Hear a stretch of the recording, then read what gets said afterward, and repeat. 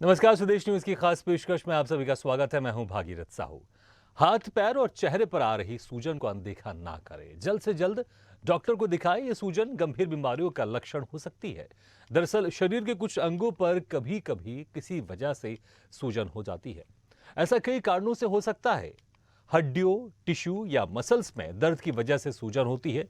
Cyst और tumour की वजह से भी स्वेलिंग हो सकती है।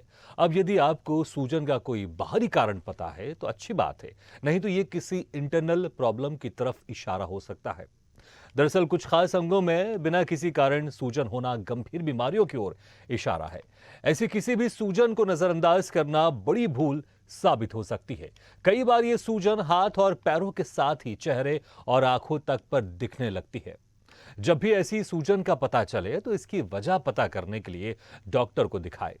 गले में तितली के आकार की थायराइड ग्रंथि होती है। ये एक हार्मोन है जो सही तरीके से काम करता है तो परेशानी नहीं होती, लेकिन ये अंडर एक्टिव यानी गलत तरीके से कम या ज्यादा काम करता है तो परेशानी होना तय है। बिना किसी वजह से अचानक वजन बढ़ने लगे या पैरों और गर्दन के हिस्से में सूजन बढ़ रही है तो ये हाइपोथायराइडिज्म के संकेत हो सकते हैं। कुल मिलाकर कहा जा सकता है कि बेवजह बॉडी के किसी भी पार्ट में सूजन परेशानी का सबब बन सकती है। और इसी विषय पर करेंगे हम चर्चा आज के हमारे इस खास कार्यक्रम में।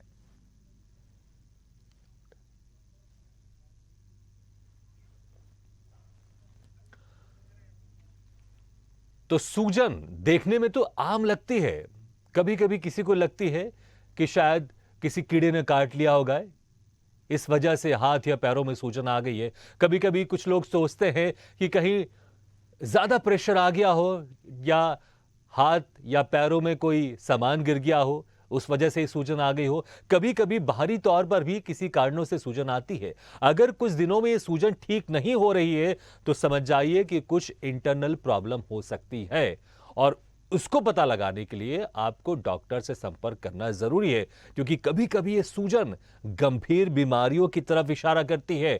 और अगर सही समय पर आपने इसको डायग्नोसिस नहीं किया, डॉक्टर से आप नहीं मिले और आपने इसका इलाज शुरू नहीं किया तो फिर आगे चलकर यह कोई गंभीर बीमारी के रूप में सामने आ सकती है और फिर आपको परेशानी ज्यादा हो सकती है। इसलिए कभी भी सूजन अगर आपके शरीर में किसी भी अंग में दिखाई दे तो उस पर ध्यान रखें।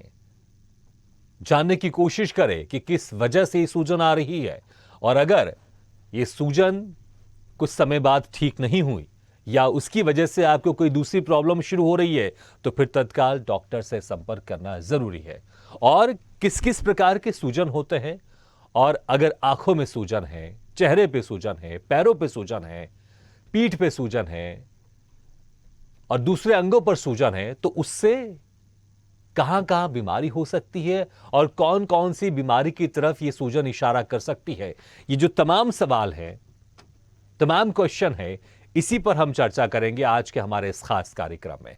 और चर्चा करने के लिए जो मेहमान हमारे साथ मौजूद हैं, मैं उनका तारुफ आपको करवा देता हूं। डॉक्टर मोहम्मद रजा जी हमारे साथ मौजूद हैं, जो कि जनरल फिजिशियन है। डॉक्टर मोहम्मद रजा जी, आपका बहुत बहुत स्वागत है हमारे इस खास पेशकश में। Thank you so much. Mohammad Raza साहब, अक्सर जो सूजन होती है, इसको जो व्यक्ति होते हैं, इंसान होते हैं, इसको बहुत हल्के में ले तो उनको लगता है ठीक है, शायद कहीं टकरा गए होंगे इसलिए सूजन आ गई होगी, या किसी कीड़े ने काट दिया होगा इसलिए सूजन आ गई होगी। शुरुआती तौर पर तो इसको अनदेखा करते हैं, ज्यादा ध्यान नहीं देते हैं। तो आखिर मैं सबसे पहले जानना चाहूंगा कि सूजन किस तरह से और कितनी खतरनाक हो सकती है अगर समय रहते हमने उस सूजन को डायग्नोसिस नहीं किया, डॉक्टर से संपर्क नहीं किया। Yes exactly. मैं डॉक्टर रजा, मैं आपको ये बताना चाहूँगा कि हमारे सूजन ये डिपेंड करता है कि सूजन आ रही है। दोनों अभी हाथों में सूजन पेशेंट ऐसे होते हैं सूजन आ रही है, इसका सीधा रिलेशन का जमा हो जाने की। अगर हमारे शरीर में जी जी मोहम्मद रजा जी, आपकी आवाज क्लियर नहीं आ रही है। हम दोबारा कोशिश करते हैं आपसे संपर्क साधने की, तो आपकी जो आवाज है वो सीधे सही तरह से हमारे तक पहुंचे और हमारे द्वारा दर्शकों तक सीधे पहुंचे और वो समझ सके कि जो सूजन है वो कितनी आगे चलकर परेशानी हो सकती है और कौन कौन सी बीमारियों की तरफ इशारा ये सूजन करती है, हम ये आपसे जानेंगे और कोशिश करेंगे दोबारा आपसे संपर्क साधने की। तब तक आपको बता दें कि सूजन को भूल कर भी नज़रअंदाज ना करें, क्योंकि अगर आपने इन सूजन को आपने नज़रअंदाज किया तो ये आगे चलकर आपको तमाम तरह की परेशानियां दे सकती हैं, क्योंकि किडनी की बीमारी में भी कभी कभी सूजन आती है, कमज़ोर दिल के कारण भी सूजन आती है, लीवर की समस्या में भी सूजन होती है, थायरॉक्सिन हार्मोन की कमी के कारण भी सूजन होती है, डीप वेन थ्रोम्बोसिस के कारण भी सूजन आती है। ये नाम भी इतने डिफिकल्ट है कि इसको बोलने में भी थोड़ा सा प्रॉब्लम होती है। तो सोचिए ये बीमारी कितनी खतरनाक होगी। तो इसलिए जो अक्सर हम सूजन को सोचते हैं बहुत ही आम बीमारी है, नॉर्मल चीज है, कुछ दिनों में ठीक हो जाएगी, इसको नजरअंदाज ना करें। और फिर से हमारे साथ जुड़ रहे हैं डॉक्टर मोहम्मद रजा जी। मोहम्मद रजा जी, उस वक्त चर्चा हम आपसे कर रहे थे, शुरुआत हो रही थी हमारी चर्चा की, कि अक्सर लोग सूजन को बहुत आम समझते हैं कि कुछ दिनों में ठीक हो जाएगी, लेकिन कैसे कोई व्यक्ति ये समझे कि ये जो सूजन हो रही है उसको, ये सूजन उसके लिए आम है या खतरनाक सूजन है? देखिए, सबसे पहले तो मैं बताना चाहूंगा कि शरीर पे सूजन आना किसी भी तरह से आम बात नहीं है। अगर शरीर पे सूजन आती है तो वो डिपेंड करता है किस किस भाग पे, बॉडी के किस पार्ट पे सूजन आ रही है। समटाइम पेशेंट कंप्लेंट करते हैं कि हमारे दोनों पैरों में सूजन है, समटाइम कंप्लेंट करते हैं हमारे हाथ में सूजन है, और कुछ पेशेंट ऐसे होते हैं वो कंप्लेंट करते हैं कि पूरी बॉडी के ऊपर सूजन आ रही है। देखिए, सूजन आना मतलब फ्लूइड का अकोमोडेशन होना है बॉडी के अंदर, फ्लूइड जमा हो रहा है और बॉडी से फ्लूइड प्रॉपरली बाहर नहीं आ रहा पेशाब के रास्ते, या तो उस कंडीशन में ही सूजन आती है। अगर हम इस चीज को अगर हम देखें, जैसे हमारे हार्ट का काम होता है ब्लड को पंप करना, वो प्रॉपरली अगर ब्लड को पंप नहीं कर रहा है, ब्लड को आगे फ्लो नहीं कर रहा है, तो बैकवर्ड में वो ब्लड जमा हो रहा है जो कि अकोमुलेट होकर बॉडी पे सूजन ला सकता है। तो इसके बहुत ही महत्वपूर्ण कारण जो है, ये हमारा हार्ट फेलियर या हार्ट की कोई अन्य प्रॉब्लम की वजह से भी सूजन आ सकती है। दूसरा, अगर हमारे बॉडी से प्रॉपरली फ्लूइड बाहर नहीं निकल रहा है, जो कि किडनी के थ्रू निकलता है, तो इसका एक बहुत बड़ा रीजन शरीर पे सूजन आने का किडनी का प्रॉब्लम भी हो सकता है। तो इसको हम किसी भी तरह से नजरअंदाज तो नहीं कर सकते। समटाइम किसी चोट लगने की वजह से स्वेलिंग आती है तो के उसमें हम एंटीबायोटिक वगैरह देकर तो कंट्रोल कर लेते हैं, बट जो मेजर कॉज है हमारे लिए हार्ट और किडनी। अगर किसी भी व्यक्ति को अगर पैरों में स्वेलिंग आ रही है तो उसका एक कॉज ये भी हो सकता है कि बहुत देर तक जो हमारा वर्किंग प्रोफाइल होता है, समटाइम बैंकों में, कॉलेज में वगैरह, वो पैर लटका के बैठते हैं, बहुत देर तक बैठना है, तो उसकी वजह से स्वेलिंग आती है, तो इट्स ओके। लेकिन हमें इसका कॉज पता करना बहुत ही जरूरी है। जैसे ही किसी व्यक्ति को स्वेलिंग की परेशानी होती है, सूजन आती है शरीर में, तो सबसे पहले तो अपने फिजिशियन से कंसल्ट करें, बिकॉज वो आप कोशिश करेंगे कि इसका कॉज क्या फाइंड आउट करने के लिए। हमें इसका कॉज पता करना बहुत जरूरी है। अगर इसका कॉज कार्डियक प्रॉब्लम है तो हम उसको सॉल्व करेंगे, अगर इसका कॉज किडनी की प्रॉब्लम है तो हम उसको सॉल्व करेंगे, और अगर कोई अन्य प्रॉब्लम है तो will find out.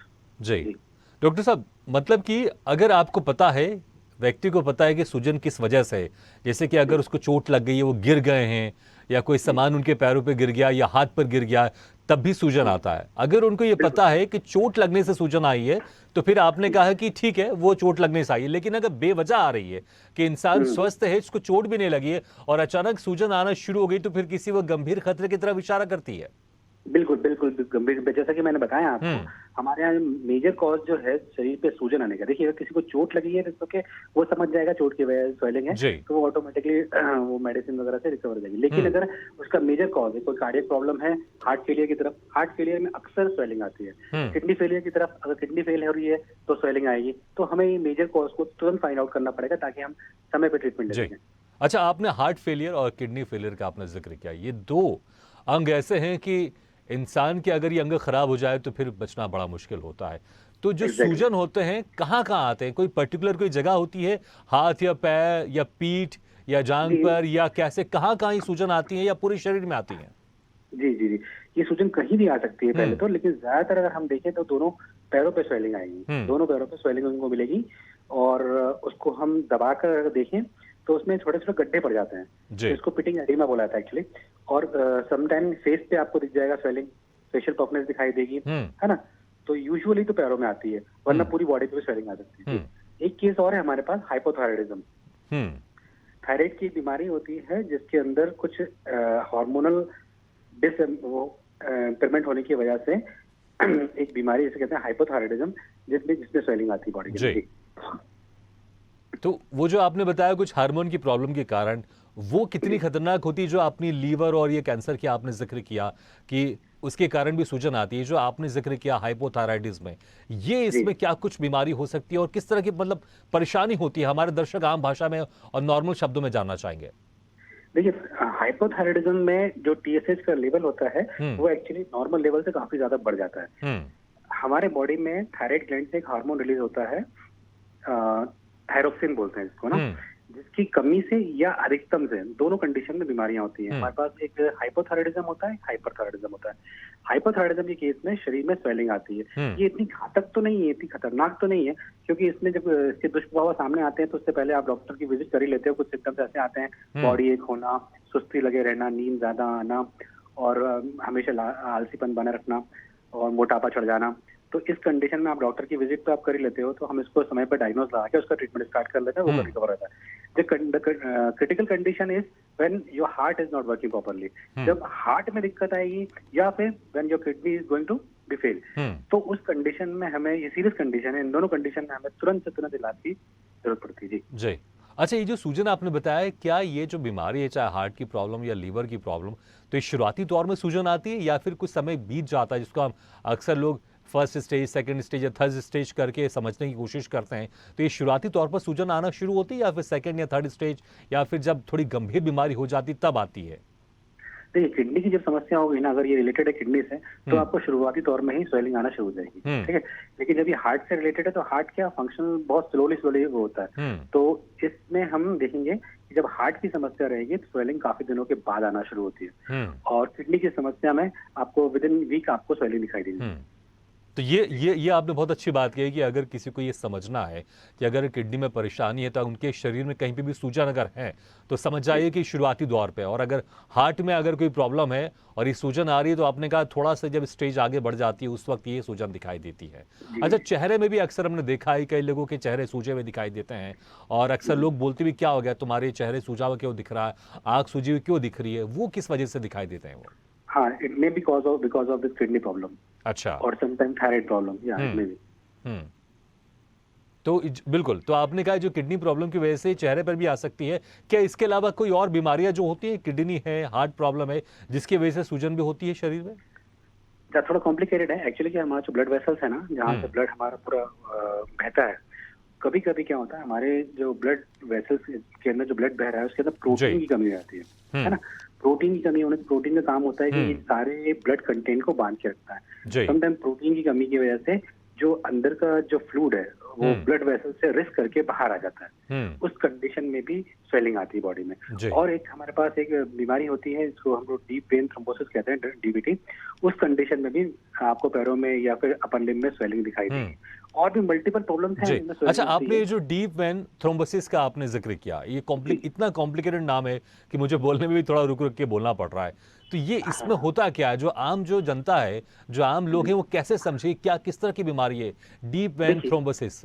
Ji, actually हम deep vein thrombosis short form में हम इसको डीवीटी बोलते हैं। जब भी हमारे जो ब्लड वेसल्स है उसके अंदर किसी भी प्रकार का थ्रोम्बोसिस में फॉर्मेशन हो जाता है, कोई भी अगर उसके ब्लड के बहाव में कोई अवरोधक आ जाएगा, कोई भी अवरोधक आएगा, तो वो ब्लड आगे फ्लो नहीं हो पाएगा। सिंपल है। जब ब्लड आगे फ्लो नहीं हो पाएगा तो बॉडी के आगे वाले पार्ट को न्यूट्रिशन नहीं मिलेगा, क्योंकि हमारी बॉडी के सारे पार्ट को न्यूट्रिशन ब्लड से मिलता है। तो वहां पे जाके वो टिश्यू उसका डेड होने लगेगा, नेक्रोसिस होने लगेगा। तो उस कंडीशन में समटाइम आपने देखा होगा पेशेंट के लिम्ब को हम लोग एम्पुटेट करते हैं, काट देते हैं। समटाइम फिंगर को एम्पुटेट करते हैं, फिंगर काट देते हैं। उसका रीजन यही होता है कि अगर डीवीटी के पेशेंट के अंदर ब्लड का स्राव कंप्लीट नहीं हो पा रहा है, वहां तक ब्लड पहुंच नहीं पा रहा है, तो वो काफी गंभीर समस्या है एक्चुअली। जब भी हमारी बॉडी के अंदर ब्लड का स्राव कंप्लीटली टिश्यू तक नहीं पहुंच पाएगा तो फिर हमें उसे एम्पुटेट करना पड़ेगा। और ये it is all because of thrombus formation, मतलब अवरोधक फॉर्मेशन। जी बिल्कुल। तो आपने कहा कि अगर जो ब्लड का जो एक वेव होता है, जो जिस तरह से ब्लड पूरे शरीर में घूमता है, अगर कहीं पर किसी अंग में कोई परेशानी है तो ब्लड वहां से प्रॉपर नहीं जाता है, तो फिर वहां पर सूजन आने शुरू हो जाती है, फिर वो बीमारियों की तरफ इशारा करती है। अच्छा जी, डॉक्टर साहब, सर्दियों में भी अक्सर देखने को मिलता है, खासकर अगर मैं भी अपनी बात करूं, मेरे जो आगे के पैर हैं, सर्दियों में अक्सर जो उंगलियां हैं वो भी सूज जाती हैं, वो अक्सर मैंने देखा है। और थोड़ी कभी कभी उसमें थोड़ा दर्द भी हल्का हल्का कभी महसूस होता है। तो सर्दियों में बहुत सारे लोगों को भी होता है, शरीर उनके में कुछ उंगलियां सूज जाती हैं, पैरों की, हाथों की, और कुछ बॉडी भी सूज हो जाते हैं। तो जो ठंडियों में जो सूजन होती है, क्या वो बीमारी के कारण होती है या ठंडियों के कारण होती है? ठंडियों में ये फिजियोलॉजिकल है, एक्चुअली किसी को बीमारी नहीं है। समटाइम क्या होता है, ठंडियों में हमारी जो ब्लड वेसल्स होती है वो स्थिर हो जाती है थोड़ी सी ना।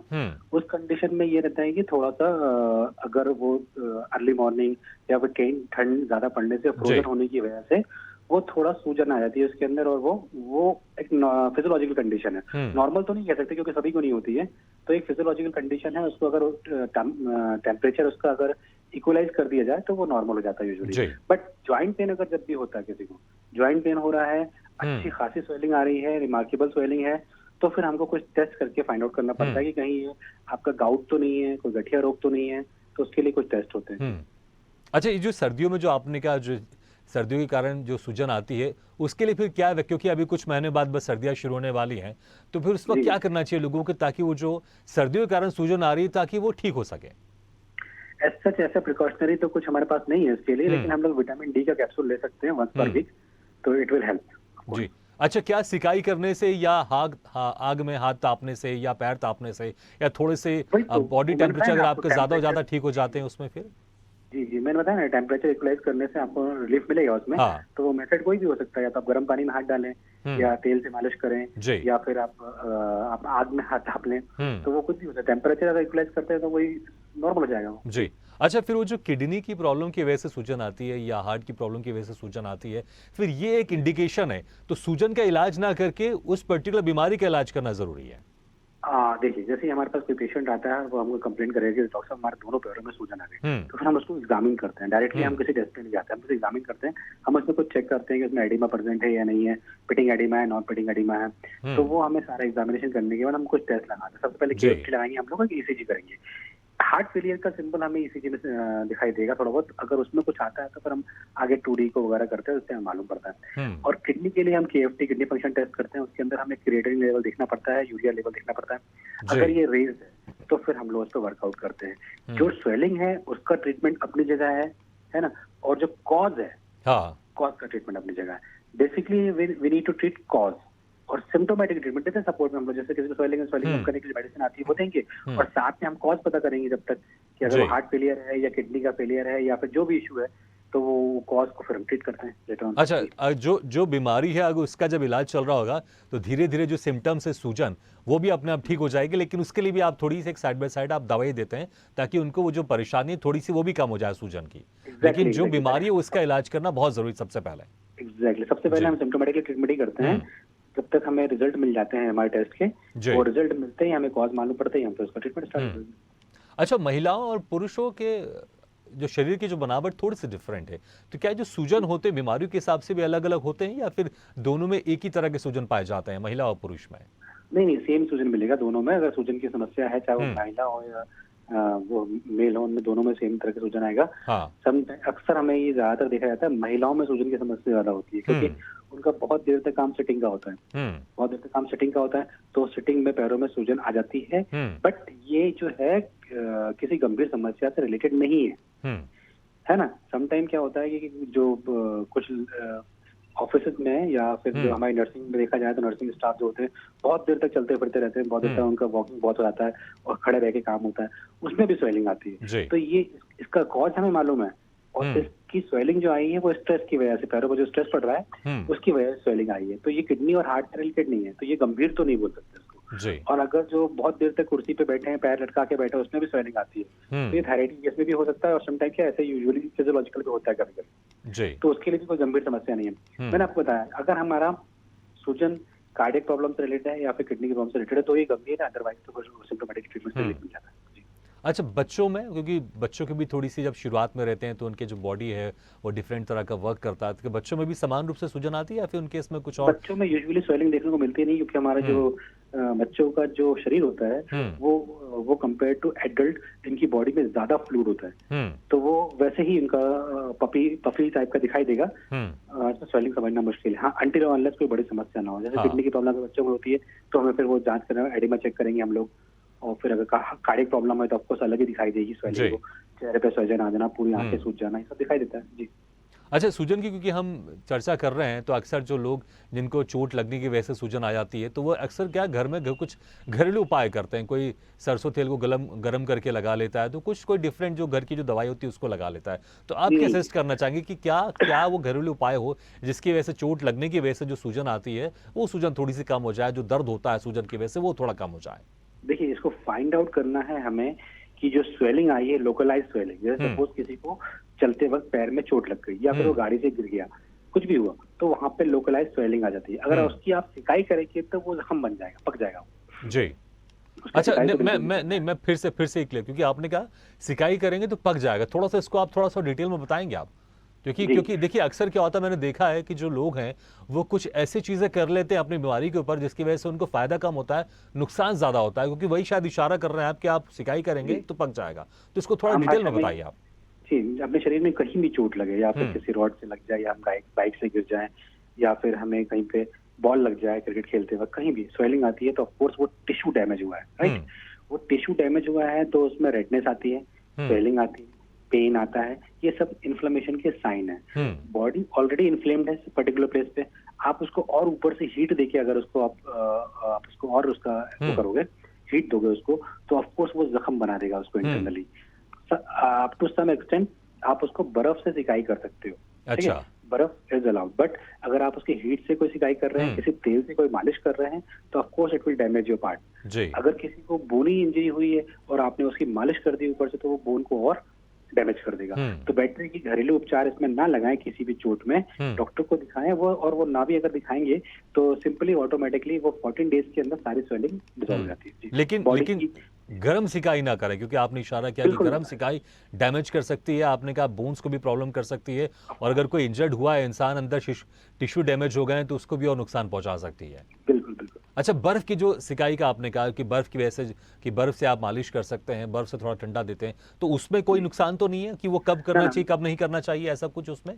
नहीं, आप उसकी बर्फ से सिकाई कर सकते हैं, it will relieve your pain also, और समटाइम्स स्वेलिंग कम करने में भी हेल्प करेगा। हाँ।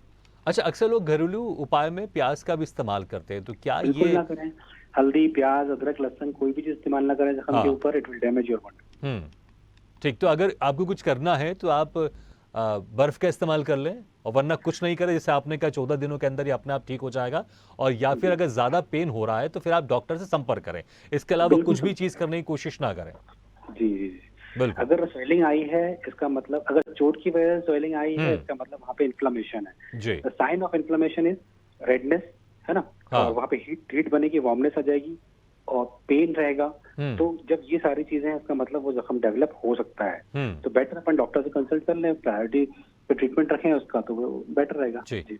अच्छा डॉक्टर साहब, हमने भी बचपन में बहुत बार ऐसा किया, मुझे लगता है शायद जब आप छोटे होंगे तब भी आपने ऐसा किया होगा, कि अक्सर अगर हमारे आंखों में चोट लग जाती है या किसी दोस्त के हाथ से हमारे आंखों में चोट लग गई, तो उसी वक्त हम अपनी जेब से रुमाल निकालते हैं और मुंह में फूंक मारते हैं, मुंह से फूंक मारते हैं, उस रुमाल को गर्म करते हैं और अपने आंखों में लगाते हैं, सिकाई करते हैं।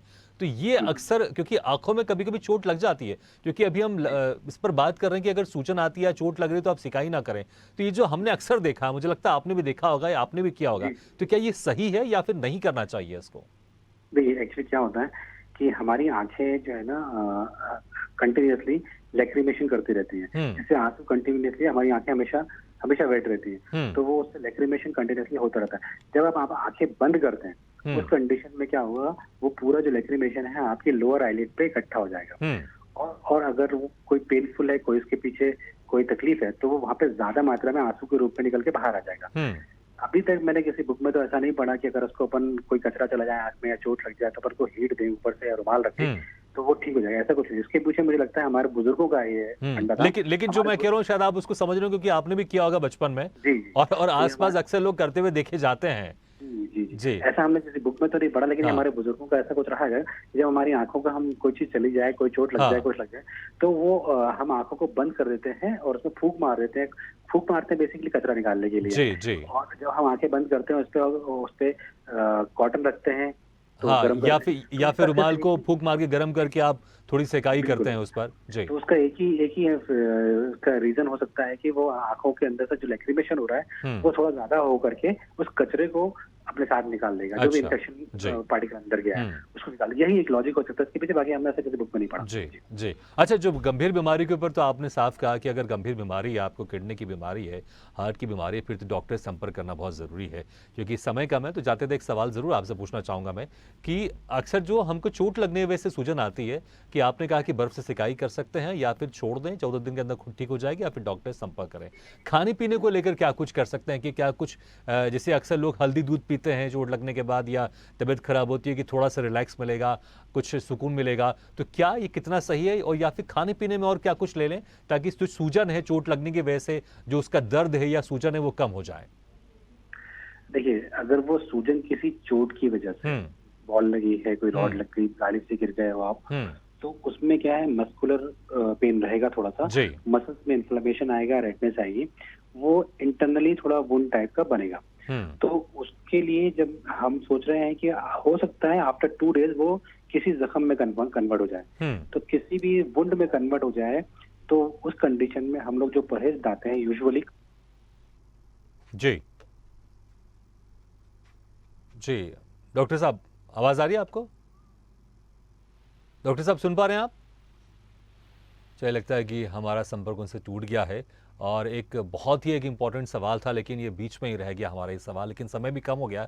हम दोबारा फिर कोशिश करेंगे, कभी डॉक्टर साहब कभी हमारे साथ जुड़े और हमने इस प्रोग्राम को कभी कंटिन्यू किया तो जानने की कोशिश करेंगे कि क्या कुछ अक्सर हम सूजन में आती है तो चोट लगने की वजह से जो अक्सर लोग हल्दी दूध पीते हैं उससे कितना फ़ायदेमंद होता है। समय कम है, नहीं तो हम दोबारा संपर्क करते हैं डॉक्टर साहब से और इस सवाल के जवाब जानने की कोशिश ज़रूर करते हैं। लेकिन हम उम्मीद करेंगे और कोशिश करेंगे कि इस सवाल के जवाब हम आपको ज़रूर बताएं।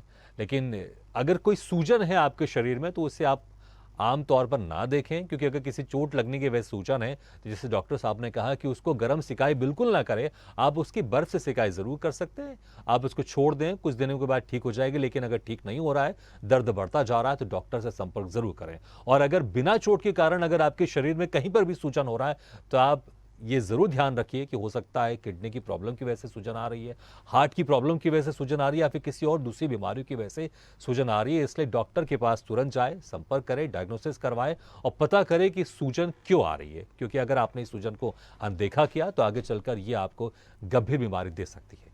इसी के साथ हमारी इस खास पेशकश में फिलहाल इतना है, लेकिन खबरों का सिलसिला लगातार जारी। आप देखते रहिए स्वदेश न्यूज़, सबसे पहले देश।